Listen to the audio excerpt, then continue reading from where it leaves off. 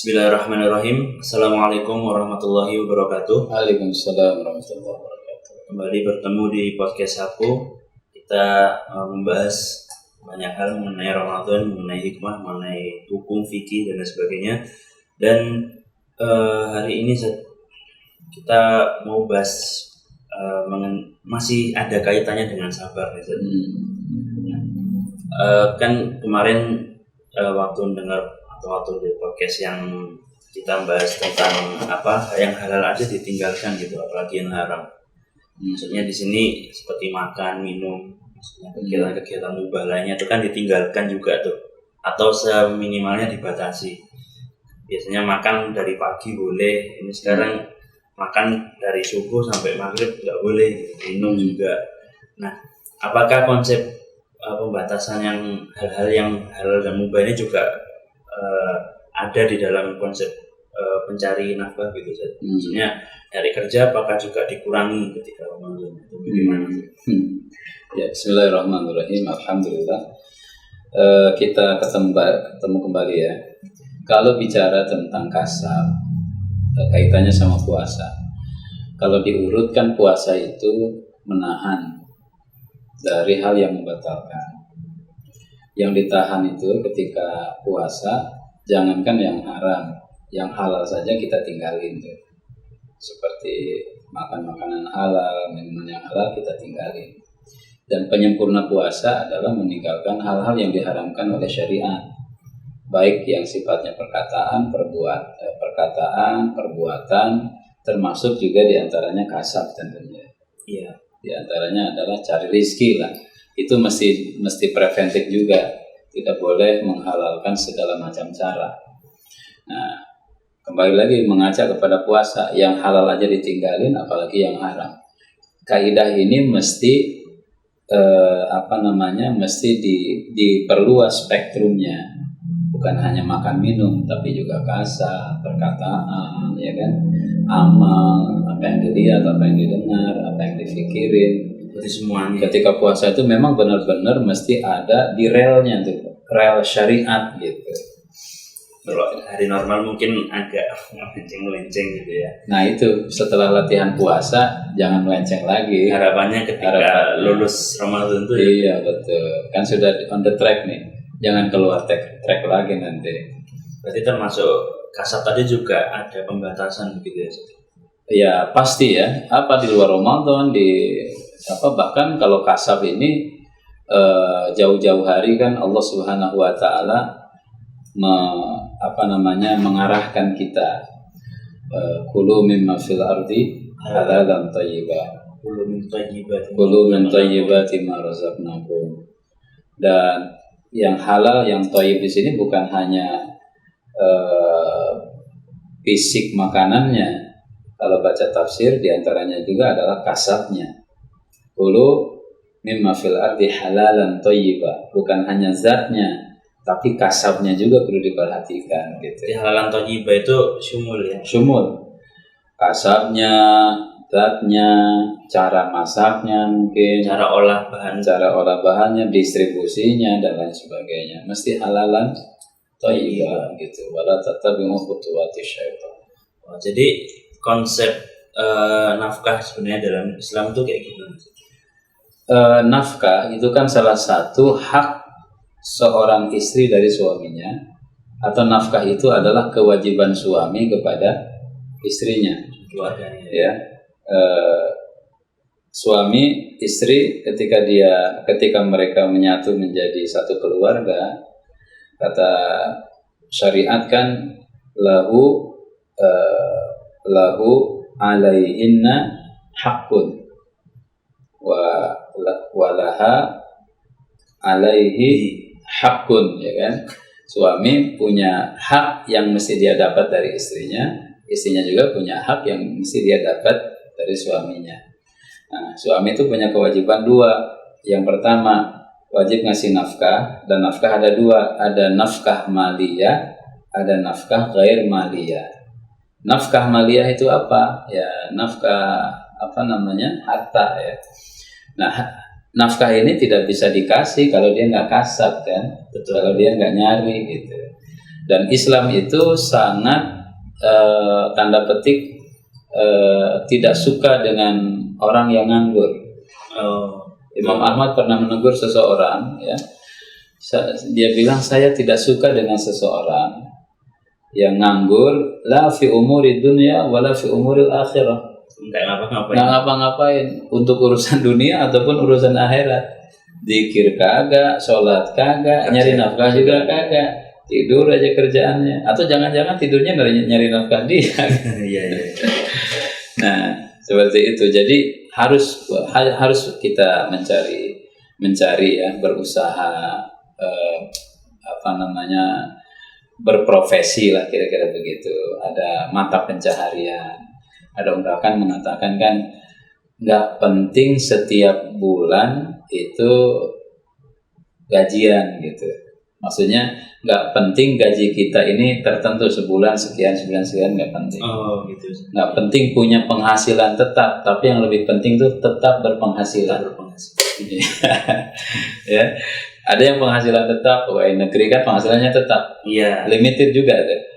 Tapi waktu tertentu dan angkanya juga kan terbatas. Kecuali kalau yang tidak ini ya, guer syar'i gitu. Betul. Tapi yang penting lagi adalah tetap berpenghasilan.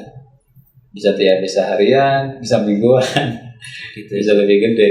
Nah, dari tadi nih ada kan konsep tetap berpenghasilan. Nah, tapi kan bagi sebagian orang yang merasa tetap berpenghasilannya itu masih kurang misalnya. Nah, dari kekurangan ini akhirnya karena nggak ngerti lagi mau ngapain, mungkin permisi juga nggak ada skill ketika mungkin merantau ke Jakarta atau ke kota-kota besar di Indonesia lainnya, itu akhirnya mereka nyari jalan pintas gitu, kayak mencuri, kayak ngerampok, kayak begal. Case-nya biasanya tuh meningkat gitu ketika justru Ramadan, karena Ramadan kan ujungnya ke Idul Fitri. Di situ membutuhkan banyak hal gitu, kayak ngasih angpau, kayak baju baru, kayak sembako. Nah itu gimana Ustaz? Kan akhirnya jatuhnya ke haram gitu.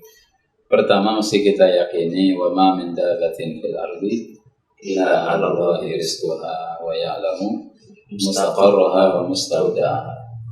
Tidak ada binatang yang merayap berjalan di muka bumi ini kecuali dijamin rezekinya oleh Allah Subhanahu wa taala. Illa 'ala Allahi rizquha. Dan yang namanya rezeki itu yang halal. Ya, yang rezeki Allah tidak menjadikan sesuatu yang haram sebagai rezeki hamba-Nya, yang halal. Nah, kalaupun alasannya susah, itu bukan susah. Mungkin ikhtiarnya kurang maksimal. Kalau dia berikhtiar, kalau dia berusaha, banyak kok.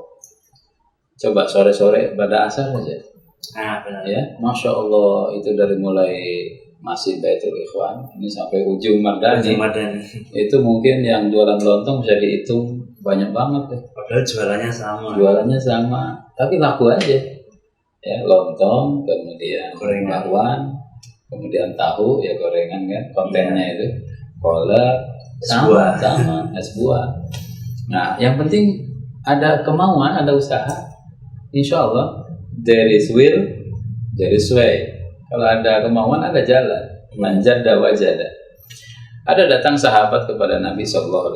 Ya Rasulullah, atini. Wahai Rasulullah, ya, aku minta uang, minta bantuan. Kata Nabi, Mada indaka fil bait. Kamu punya apa di rumah? Dia bilang, saubun wa qidhun atau qadah. Saya punya baju, saya punya tempat minum. Kata Nabi, ini tibihima. Coba bawa sini berdua. Dibawa kepada Nabi, kata Rasulullah kepada para sahabat, man yashtarihi, siapa nih yang mau jualnya? Saya lelang, kata Rasulullah. Ya Rasulullah, ishtarituhu bidirham. Saya beli 1 dirham, 2 barang. Siapa lagi yang punya tawaran lebih tinggi? Ada yang mengatakan ishtarituhu bisalasi darahim. 3 dirham saya beli. Kata Rasulullah, nih ambil. Kemudian Rasul bilang kepada yang punya barang, ya, dirhamani tut'im bihima ala ahlaka. 2 dirham kamu kasih makan untuk keluarga. Wa dirham tashtari bihi fas. 1 dirham kamu beli kapak. Bawa ke sini, kata Rasulullah. Bawa kapak dia, kemudian kasih gagang, ya. Kemudian kata Nabi, la uridu an araka 15. 15 hari ke depan saya nggak mau lihat kamu lagi. Oh, disuruh. Pokoknya jangan ke sini 15 hari, usaha gitu.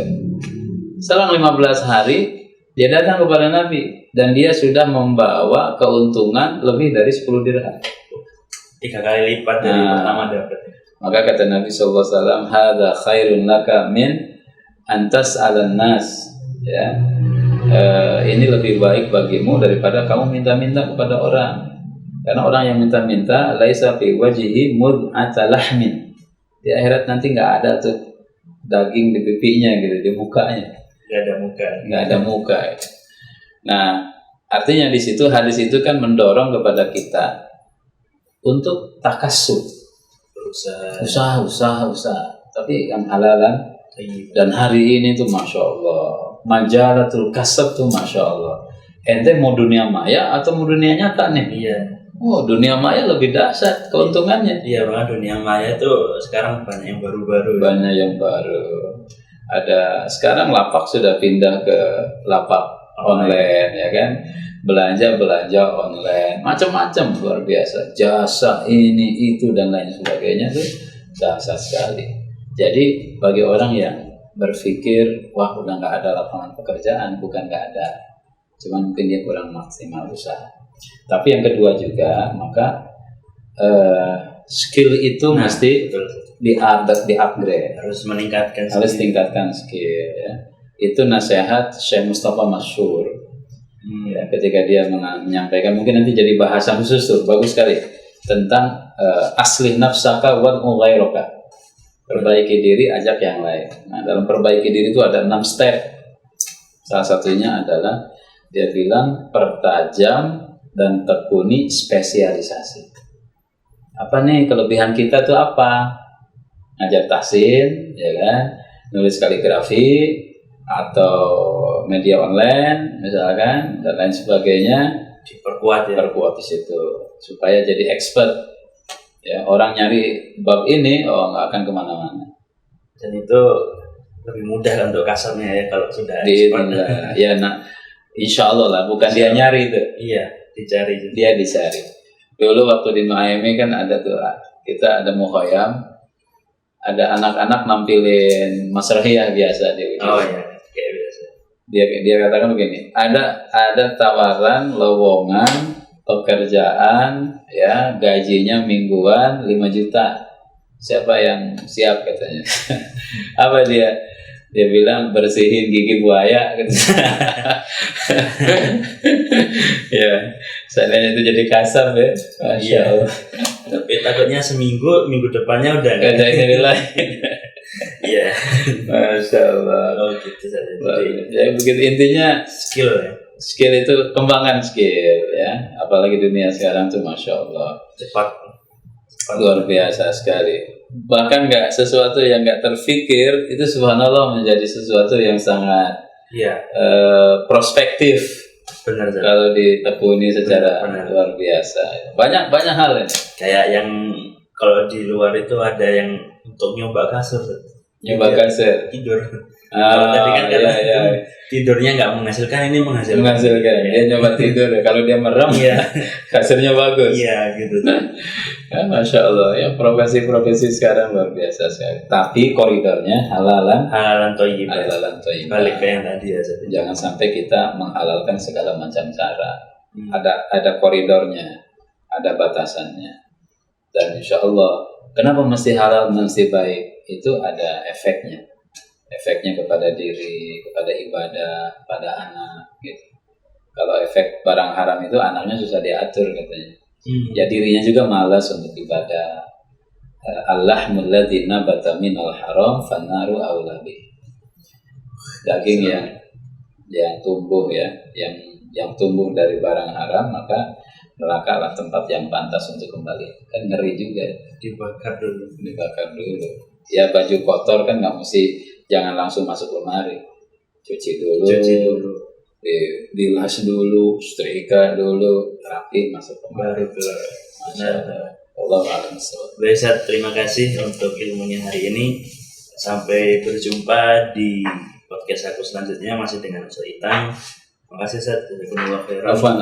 Assalamualaikum warahmatullahi wabarakatuh. Waalaikumsalam warahmatullahi wabarakatuh.